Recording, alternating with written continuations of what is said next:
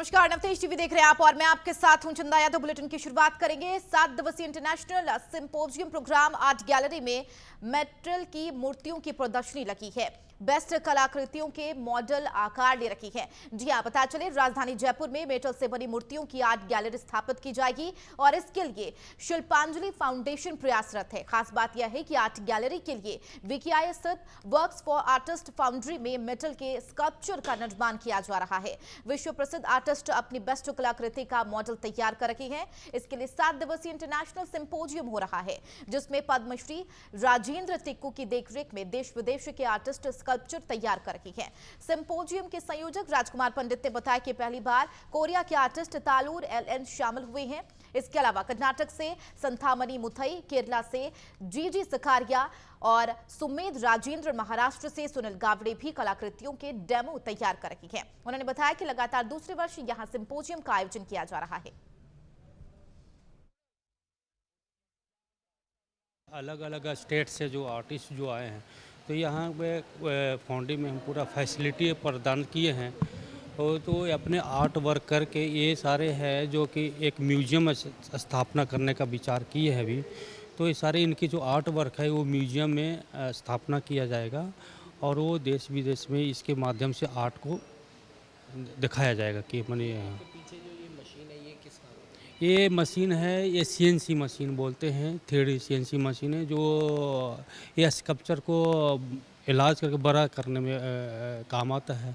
जैसे statue of unity को इसी मशीन द्वारा बनाया गया है। इस मशीन द्वारा जो क्योंकि एक छोटा मॉडल बनाया था, छोटा मॉडल को बना के एलार्ज कर देते हैं। एलार्ज करके इसको स्टेरियोफॉर्म में कटिंग करके इसको पार्ट्स में करके उसको जॉइन करके उसको ये किया जाता है, बनाया जाता है। मेटल कास्टिंग सर आम आदमी के लिए बहुत मुश्किल है। जब तक अगर इसका पूरा फैसिलिटी या टेक्निकल मालूम नहीं हो तो आम आदमी के लिए मेटल कास्टिंग करना। आप देखो 96 में से पहले मेटल का यहाँ जो ये प्रोसेस जो हम करते हैं, lost wax process, Italian process, वो यहाँ नहीं होता था। 96 के बाहर से आता था। बाकी हम 96 में आके हम ये प्रोसेस को यहाँ शुरुआत किया।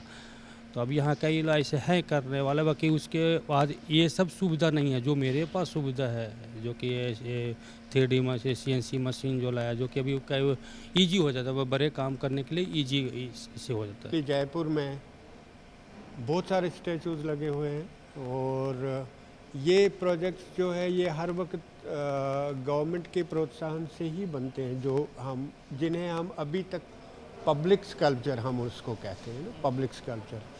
तो दूसरा जो हुआ, एक कॉन्सेप्ट ये भी चला था, मेक इन इंडिया का कॉन्सेप्ट चला था जो प्रधानमंत्री जी की वजह से, तो उससे भी इसको एज इंडस्ट्री काफ़ी सपोर्ट मिला, क्योंकि नए नए जब काम खुलते हैं तो लोग उसमें इन्वॉल्व हो जाते हैं। उसमें फिर सिर्फ ये नहीं होता है कि फ़लानी आदमी ने किया या फ़लानी आर्टिस्ट ने किया, क्योंकि इसमें एक टीम, आप देखेंगे यहाँ आपको कम से कम 20-25 लोग मिलेंगे इस वक्त, ये सारे एम्प्लॉई हो जाते हैं उसमें। So this is a process of generation of employment also.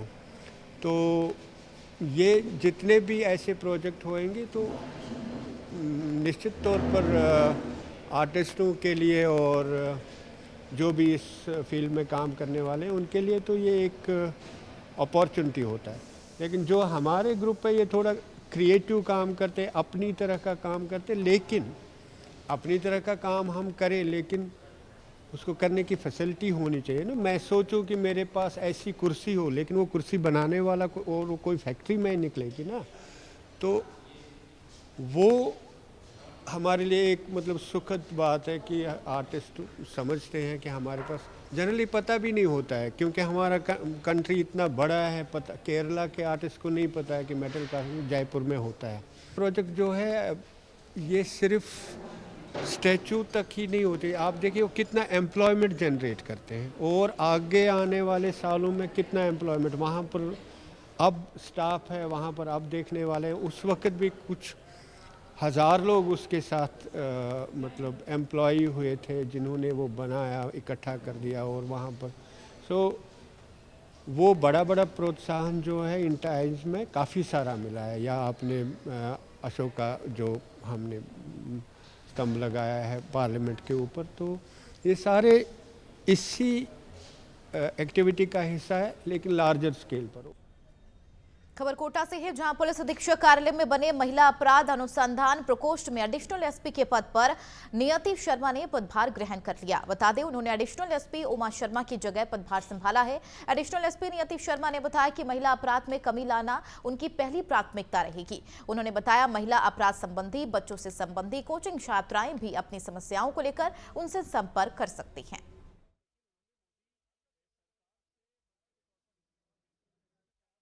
प्राथमिकताएं मेरी जो सिकाऊ जो हमारी यूनिट है महिला अपराध से संबंधित, उसी के संबंध में जो भी मैंडेट है हमारा, वो सब प्राथमिकताएं मेरी रहेंगी। महिला अपराध में कमी लाना, जो अपने अनुसंधान है उसकी क्वालिटी ऑफ अनुसंधान इम्प्रूव हो, सुपरविजन, सभी कुछ प्रायोरिटी रहने वाली है। इन जनरल भी महिलाओं को यदि किसी भी तरह की समस्या है, कोई भी यदि कॉन्टैक्ट किसी भी संबंध में, चाहे स्टूडेंट्स हो चाहे जनरली महिलाएं हो, कॉन्टैक्ट करना चाहें तो हमारी यूनिट से कांटेक्ट कर सकती हैं।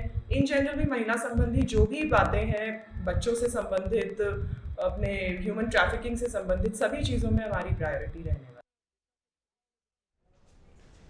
अंतर्राष्ट्रीय पुष्कर होली महोत्सव का आगाज आज से हो चुका है, जहां 40 सालों से ज्यादा समय से पुष्कर कस्बे के वराग घाट चौक में बेला होली मंडल त्योहार मनाया जाता रहा है। वहीं प्रशासन ने नगर पालिका यू के साथ संयुक्त रूप से अंतर्राष्ट्रीय होली महोत्सव आयोजन की रूपरेखा रखी है। इस बार अंतर्राष्ट्रीय होली महोत्सव में 23 मार्च से 25 मार्च तक 3 दिवसीय कार्यक्रम आयोजित करने जा रहे हैं। कार्यक्रमों की श्रृंखला में 23 मार्च को ब्रह्मा मंदिर प्रांगण में भव्य फाग महोत्सव आयोजित किया जाएगा, जिसमें पुष्कर के स्थानीय कलाकार भजनों की प्रस्तुतियां देंगे। इस दौरान मंदिर प्रांगण में फूल और इत्र से फाग खेला जाएगा। 24 मार्च को पुष्कर कस्बे के मेला मैदान में सामूहिक होलिका दहन आयोजित होगा। मेला मैदान में सांस्कृतिक कार्यक्रम आयोजित किए जाएंगे।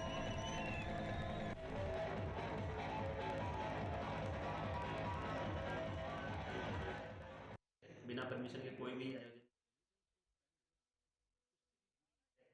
इस कार्यालय पुष्कर का होली महोत्सव जो अंतर्राष्ट्रीय रूप से प्रसिद्ध है, उसी क्रम में हमने 23 तारीख को जो है उसमें ब्रह्मा मंदिर की तरफ से एक आयोजन किया जाएगा। इसमें फाग महोत्सव और फूलों की होली का कार्यक्रम रहेगा। 24 तारीख को मेला मैदान पुष्कर में एक सांस्कृतिक संध्या आयोजित करी जाएगी, जिसमें इस बार लोक कलाकार जो है अपनी नृत्य और गायन से जो है प्रस्तुतियाँ देंगे, जिसमें डफचंग नृत्य, कालबेलिया नृत्य और एक जो है अपनी गुजरात के क्षेत्र में प्रसिद्ध है अफ्रीकन ट्राइब के द्वारा जो एक नृत्य प्रस्तुत किया जाता है, वो इस तरह के लंगा मांगड़िया नृत्य, इस तरह के लोकल फोक आर्टिस्ट को मौका दिया जा रहा है। और 25 तारीख को जो है वो मेला मैदान पुष्कर में भी दुलंडी का आयोजन किया जाएगा। होली के अवसर पर दिनांक 23, 24 और 25 इन तीन दिनों पे हमारी 2-3 भूमिकाएं बहुत महत्वपूर्ण हैं। एक तो क्राउड मैनेजमेंट, होली जो है वो अभी 2 जगह मेन इंपॉर्टेंट एरिया है, जो अंदर वाला सिटी का मेन पार्ट है और उसके बाद महिला मैदान। तो ये दोनों जगह पे क्राउड मैनेजमेंट करना पहली प्रायोरिटी होगी। उसके बाद होली के अवसर पे जो सैंक्टिटी है मेन सिटी की, उसको मेंटेन करना बहुत इंपॉर्टेंट है। इसके अलावा कुछ चीज़ें हैं जो इलीगल है, उन पे हमारी वॉच रहेगी। एक तो जो लिकर है, जो मेन सिटी में लिकर इलीगल है, और उसके बाद जो भी लोग आते हैं बाहर से, तो देखा गया है कि ड्रग्स का यहाँ इलीगल तरीके से कंजम्पशन होता है, तो उस पर हमारी वॉच रहेगी। इसके अलावा जो भी चीज़ें आर्म्स हो सकता है या अदर इलीगल एक्टिविटीज़ हुई, उस पर वॉच रहेगा और एक सिक्योर तरीके से होली को सेलिब्रेशन इंश्योर किया जाएगा। पालिका स्तर पर जो प्रमुख रूप से जो कार्यक्रम रहेगा वो मेला ग्राउंड में रहेगा, जहाँ पर 24 तारीख को तो टूरिज्म डिपार्टमेंट की तरफ से कल्चरल प्रोग्राम होंगे और 25 तारीख को वहाँ पर धुलंडी के पर्व का आयोजन जो है नगर पालिका की तरफ से जो हर वर्ष किया जाता है उसी प्रकार से किया जाएगा। और समस्त व्यवस्थाएं जो हैं वहाँ पर टेंट हो, लाइट हो और रंग गुलाल की व्यवस्था, वो सारी व्यवस्थाएं जो है पालिका के द्वारा की जाएगी। बाड़मेर जिले के शिव से विधायक रविंद्र सिंह भाटी जोधपुर पहुंचे, जहां उनका स्वागत किया गया। रविंद्र सिंह भाटी के निर्दलीय चुनाव लड़ने की चर्चा जोरों पर है, लेकिन आगे बीजेपी में शामिल हो सकती हैं। मीडिया के सवालों पर उन्होंने कहा कि जनता जनार्दन का जो आदेश होगा उनके अनुसार फैसला लेंगे। मुख्यमंत्री भजनलाल शर्मा से मुलाकात कर कहा कि विकास सीएम से विकास के मुद्दे पर बात हुई है।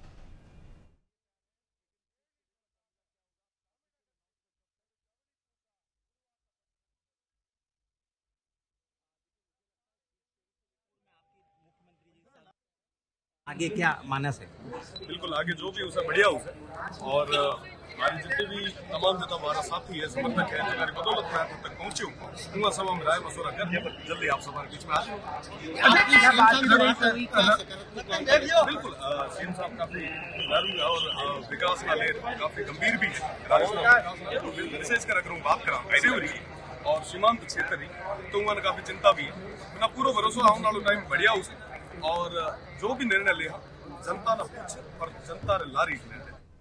यूपी के मुजफ्फरनगर में एक पुलिस कांस्टेबल ने शिक्षक की गोली मारकर हत्या कर दी, जिसके बाद आक्रोशित सैकड़ों शिक्षकों ने रोड पर जाम लगाकर सड़क पर ही धरना प्रदर्शन शुरू कर दिए। शिक्षकों ने मृतक शिक्षक के परिवार के एक सदस्य को सरकारी नौकरी और मुआवजे की मांग की है। साथ ही आरोपी को फांसी की सजा दिए जाने की भी मांग की। वहीं सूचना मिलने ही पुलिस आलाधिकारी मौके पर पहुंचे और शिक्षकों को मनाने की कोशिश की, लेकिन शिक्षक अपनी मांग पर अड़े रहे। बता दें, इस दौरान भारतीय किसान यूनियन के राष्ट्रीय प्रवक्ता राकेश टिकैत भी शिक्षकों को अपना समर्थन करते हुए उनके साथ धरने पर बैठी।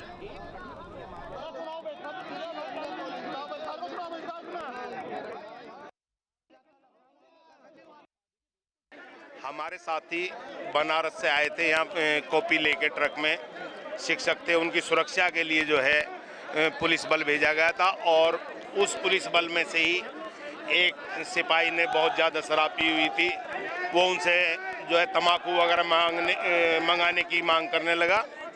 उन्होंने मना कर दिया और उस आदमी ने शिक्षक की केवल यही नहीं कि एक गोली मार कर हत्या कर दी, उन्हें गोलियों से छलनी कर दिया। और ये आज हमारे साथी, क्योंकि वह हमारे परिवार का सदस्य था, तो सभी उसके परिवार के सदस्य, उनका जो अपना परिवार है, उसके दुख में इकट्ठा हुए हैं। देखो, गलत है, पूरा का पूरा गलत हुआ है और जो शिक्षकों की कमेटी है ये अपना निर्णय लेने में सक्षम है। पूरा किसान इनके साथ में है और पूरा मुजफ्फरनगर साथ में है। गलत फहमी में ना सरकार रहे ना यहाँ का पुलिस प्रशासन रहे कि इनको कुछ कर देगा। आप अपना बैठे रहो, 5 आदमी रहोगे, आपका जब तक फैसला नहीं होने का हम यहीं रहेंगे। ये ज्यादा दिक्कत करेंगे हम किसानों को बुलवा लेंगे और को। देखो है क्या, उसकी पत्नी की तरफ से रिपोर्ट नहीं लिखी जानी चाहिए, क्योंकि जब कोर्ट में केस जाएगा तो पत्नी तो है नहीं यहाँ पे। जो मौके के वे हैं वे लिखें और इसको सरकार इसको करे। मुआवजे की मांग है, जो डिमांड है उसको मुआवजा दे और उनको नौकरी दे और उस पर केस चलावे। बहराइच में लोकसभा चुनाव को लेकर डीएम ने प्रेस वार्ता कर अहम जानकारी दी है। लोकसभा बताया चले चौथे चरण में 13 मई 2024 को और कैसरगंज 57 लोकसभा, 5वें चरण में 20 मई 2024 को मतदान किया जाएगा, जिसको लेकर 16 मई से ही आदर्श आचार संहिता लागू हो गई है। इसके साथ ही लोकसभा चुनाव में किसी भी प्रकार की समस्याओं के लिए टोल फ्री नंबर 1950 भी जारी कर दिया गया है। कलेक्टर सभागार में डीएम ने प्रेस वार्ता कर लोकसभा सामान्य निर्वाचन 2024 को लेकर निष्पक्ष और पारदर्शिता करने को लेकर विभिन्न जानकारियां मीडिया के माध्यम से महत्वपूर्ण जानकारी साझा की।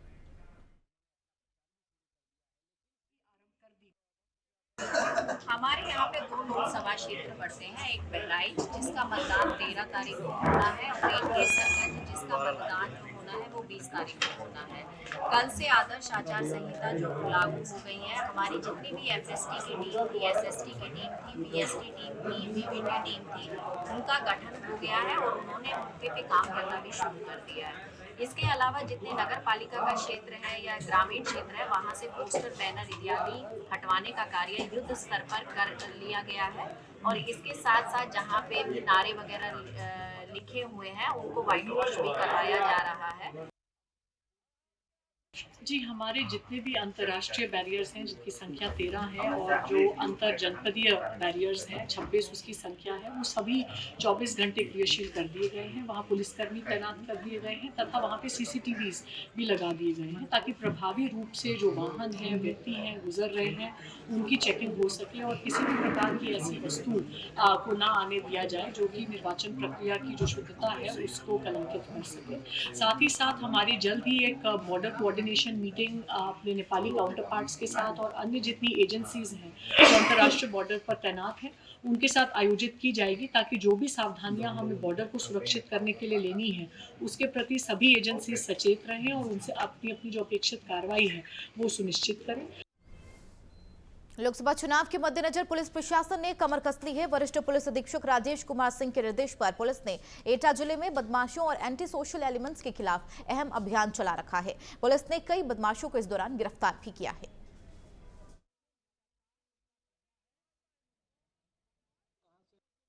देखिए, लोकसभा चुनाव को सकुशल, निष्पक्ष और शांतिपूर्वक संपन्न कराना ये हमारा लक्ष्य है और इसके लिए जनपद एटा पुलिस जो है बिल्कुल सतत जागरूक और संवेदनशील है और इसी के तहत एक अभियान चला रात्रि में, जिसमें 121 वारंटी गिरफ्तार हुए हैं। ये जनपद की बहुत बड़ी उपलब्धि है और ये प्रक्रिया अनवरत जारी रहेगी। जैसे NBW प्राप्त होगा सबको हम लेकर के इनको जेल भेजेंगे और ये कार्रवाई हम करते रहेंगे ताकि हम निष्पक्ष चुनाव उधर यूपी के मुजफ्फरनगर में कोर्ट ने बलात्कार के मामले में एपीएस के 2 जवानों को उम्रकैद की सजा सुनाई है और 50-50 हजार रुपए के आर्थिक दंड से भी दंडित किया, जिसके बाद न्यायालय के आदेश पर दोनों अभियुक्तों को जेल भेज दिया गया है। बता दें 2 अक्टूबर 1994 को उत्तराखंड को अलग राज्य बनाने की मांग को लेकर सैकड़ों आंदोलनकारी महिला और पुरुष दिल्ली के ओर कूच कर रहे थे। इस दौरान कुछ पुलिसकर्मियों पर महिलाओं के साथ जबरन दुष्कर्म करने का भी आरोप लगा था। इस मामले में पुलिस ने फैसला सुनाया है।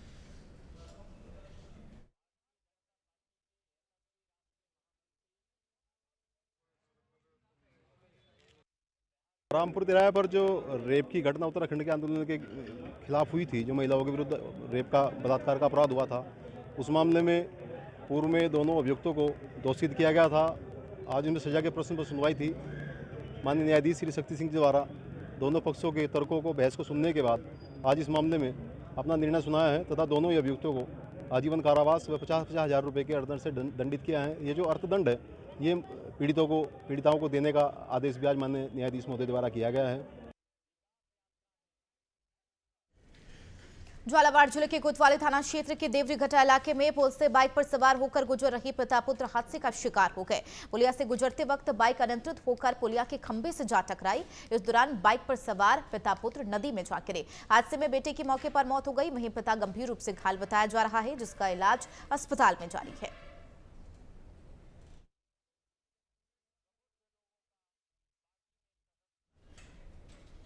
खबर यूपी के बदायूं से है, जहां वजीरगंज नगर के मोहल्ला के एक घर में अचानक आग लगने से अफरा तफरी का माहौल हो गया, जिसकी सूचना नगर वासियों ने थाना प्रभारी राकेश कुमार को दी। मौके पर पहुंचे पुलिस ने स्थानीय लोगों की मदद से आग पर काबू पाया। दरअसल रसोई में गैस पर खाना बनाते समय गैस लीक हुआ, जिस दौरान यह हादसा हुआ।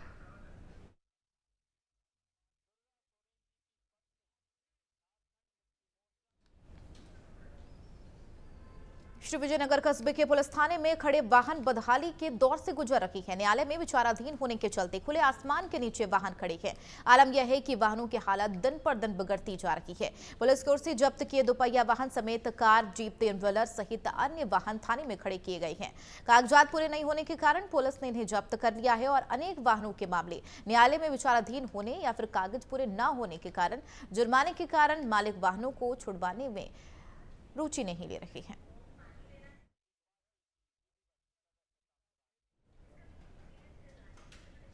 खबर रायसिंह नगर से है, जहां पर आपको बता चले लोकसभा चुनाव को लेकर मिनी सचिवालय में ईआरओ और एसडीएम सुभाष चंद्र चौधरी की अध्यक्षता में उड़नदस्ता टीमों के प्रभारियों की बैठक हुई है। बैठक में उड़नदस्ता प्रभारियों को आचार संहिता उल्लंघन पर प्रभावी कार्रवाई करने के निर्देश दिए गए। बैठक में अतिरिक्त पुलिस अधीक्षक भंवरलाल, पुलिस अधीक्षक अनु विश्नोई मौजूद रहे। अधिकारियों ने उड़नदस्ता प्रभारियों को चुनावों में मतदाताओं को प्रभावित करने, वाहनों की सघन जांच करने और आचार संहिता उल्लंघन को लेकर कार्रवाई करने के निर्देश जारी किए।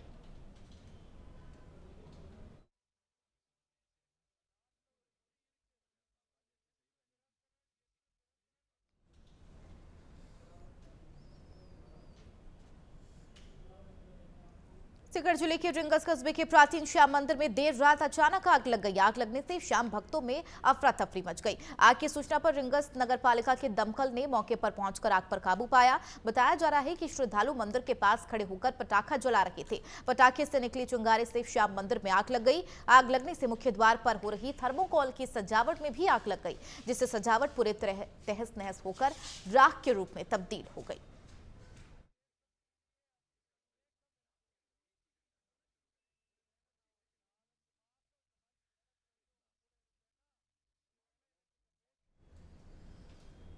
सीकर जिले में एनएसयूआई कार्यकर्ताओं ने प्रदेश अध्यक्ष विनोद जाखड़ के नेतृत्व में 5 सूत्रीय मांगों को लेकर कलेक्टर का घेराव किया है। इस दौरान एनएसयूआई ने अग्निवीर योजना में पुराने स्थायी भर्ती को दोबारा लागू करने और किसानों के लिए एमएसपी की मांग की है।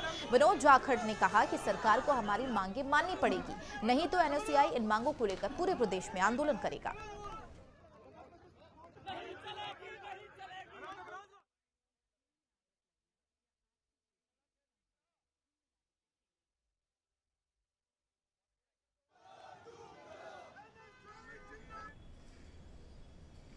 बढ़ेंगे आगे, खबर टोंक से है, जहां नगर परिषद की बड़ी मनमानी सामने आई है। जहां किदवई पार्क के बाहर परिषद ने अतिक्रमण के चलते 10 से 15 सालों से लगे स्ट्रीट वेंडर्स को हटा दिया है। कार्रवाई के विरोध में फुटकर व्यापारियों ने नगर परिषद की ओर से बनाए गए पास दिखाकर विरोध किया, लेकिन नगर परिषद की टीम ने ऊपर से आदेश बताते हुए जबरन इन दुकानों को हटा दिया। स्ट्रीट वेंडरों का कहना है कि यह कार्रवाई भेदभावपूर्ण है, जो प्रभावशाली लोगों पर नहीं की जा रही है।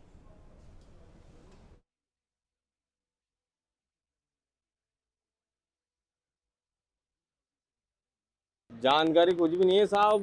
अभी 2-4 दिन पहले मैडम आई थी, मैडम ने कहा है कि भाई ये गेट के पास में जो पार्किंग की जगह है, तो आप यहाँ से गेट के इस तरफ 3 केबिन हटा दो, गेट के इस तरफ 3 केबिन हटा दो। और हमने मैडम की जैसे आज्ञा अनुसार हमने सारा काम किया। इधर भी 3 केबिन इधर से हटा दी, 3 इधर से हटा दी, इस वाले गेट पे भी 3 इधर से हटा दी, 3 इधर से हटा दी। अब ये कह रहे हैं कि साहब हम तो एक एक करके सारी उठाएंगे। अब आप बताओ हम मजदूर लोग कहाँ पे जाएं? ये ऊपर से आदेश मिले हैं कि जो पार्कों के गेट पे जितनी भी केबिनें लगी हुई हैं उनको सबको हटाया जाए। किस तरह की कितनी कब से कार्रवाई कर रहे हैं क्या? ये करीबन सवेरे 10 बजे से कार्रवाई चालू है और किदवई पार्क से तो लगभग गेट के सामने से सभी केबिनों को हटा दिया गया है। ये जो कार्रवाई कर रहे हैं 15-15 सालों से बता रहे कि हम यहाँ पर हैं, तो क्या नगर परिषद को कभी नज़र में नहीं आया? क्या ऊपर से आदेश एकदम से कहाँ से आ गए? अब ये तो समय समय पे अतिक्रमण तो हटा ही दिया जाता था, ये तो अब लोग कुछ भी कह सकते हैं। खबर अलवर के कठुमर से है, जहां धौलागढ़ देवी थाना क्षेत्र में एक चाचा अपनी नाबालिग भतीजी को बहला फुसलाकर तांत्रिक के पास ले गए और वहां तांत्रिक ने तंत्र मंत्र का प्रयोग कर लड़की के साथ छेड़छाड़ की, जिसके बाद घर आकर लड़की ने परिवार वालों को आपबीती सुनाई और परिवार वालों ने आरोपी चाचा और तांत्रिक के खिलाफ थाने में मुकदमा दर्ज कराया है। पुलिस अब मामले की जांच पड़ताल में जुट गई है।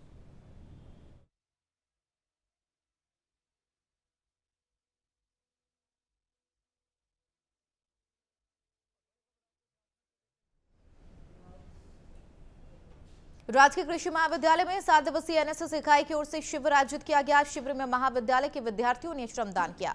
इस दौरान महाविद्यालय के डीन उदयभान सिंह ने बताया कि आयोजित हो रही एनएसएस शिविर में विद्यार्थियों की ओर से श्रमदान कर सफाई का कार्य किया जा रहा है। कृषि महाविद्यालय के डीन उदयभान सिंह ने ग्रामीण जनों को उच्च तकनीकी खेती अपनाने के बारे में जानकारी देते हुए कम जमीन में कम लागत से अधिक उत्पादन करने की बात कही है।